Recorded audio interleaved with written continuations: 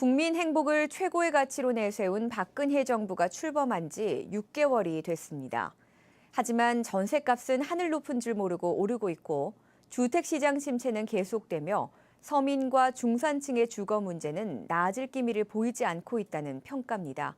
이 4.1 대책도 야당의 협조를 받지 못해 제대로 시행되지 못하며 빛을 잃고 있습니다. 이효정 기자의 보도입니다. 한 부동산 정보업체에 따르면 박근혜 대통령 취임 이후 전국 아파트값은 0.32% 떨어졌습니다. 특히 서울은 1% 내렸고 수도권 전체적으로도 0.92% 하락했습니다.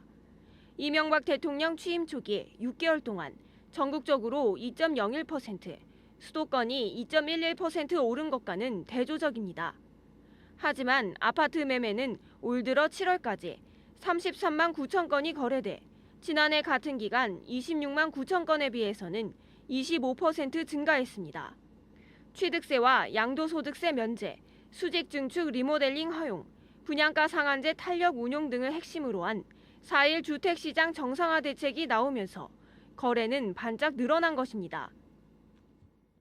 일단 종전에 버블기에 있었던 규제 정책을 풀려고 노력을 했고 서민 주거 안정을 위해서 행복주택뿐이 아니라 임대주택을 늘리는 정책을 발표하면서 꾸준히 시행해 오고 있고 전반적으로 나는 잘했다고 보지. 이제 지속적 정책이 돼야 되는데 6월 말로 취득세가 끝나고 나서 추가적 대책이 미흡했다는 거. 이제 야당의 반대로 지금 국회에서 계류되고 있는 법안들이나 통과되지 못하고 있는 것이 좀 아쉽지. 4.1 대책이 집값 하락세를 잠시 진정시키고 매매 거래도 늘리는 효과를 가져왔지만 전월세난이 가중되면서 빛이 발했다는 게 전반적인 평가입니다.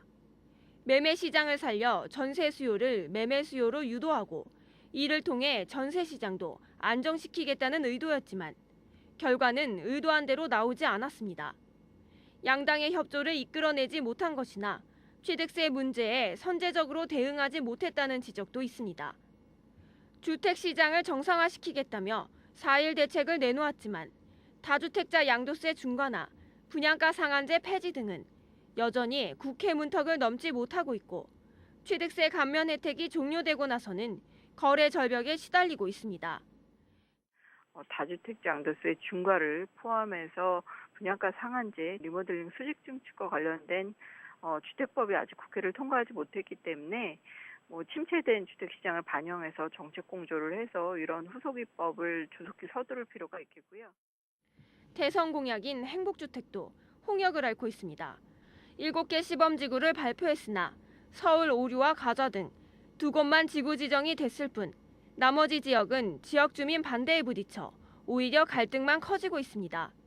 그러다 보니 앞으로 해결해야 할 숙제들도 쌓여 있습니다. 무엇보다 좀처럼 살아나지 못하고 있는 주택 매매 거래를 회복시켜야 하고 52주 연속 상승 행진을 이어가고 있는 미친 전셋값도 빠른 시일 내에 잡아야 합니다.